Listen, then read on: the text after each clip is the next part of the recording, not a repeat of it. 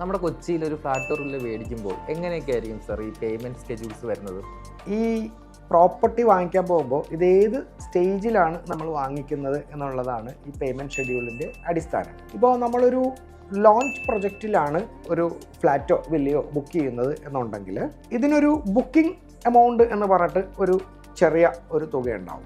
Normally ഇപ്പോഴത്തെ ഒരു രീതി വെച്ച് പറയുകയാണെങ്കിൽ അത് ഒരു 1 lakh ഒക്കെയാണ് അത് വരുന്നത്. ഇതിന് ശേഷം റെറ രജിസ്റ്റേർഡ് പ്രൊജക്റ്റ് ആണ് എന്നുണ്ടെങ്കിൽ മൊത്തം വിലയുടെ ഒരു 10% നമ്മൾ ഈ എഗ്രിമെൻ്റ് രജിസ്ട്രേഷൻ എന്ന് പറയുന്ന ആ ഒരു പ്രോസസ്സിന് മുമ്പ് നമുക്ക് കൊടുക്കേണ്ടി വരും.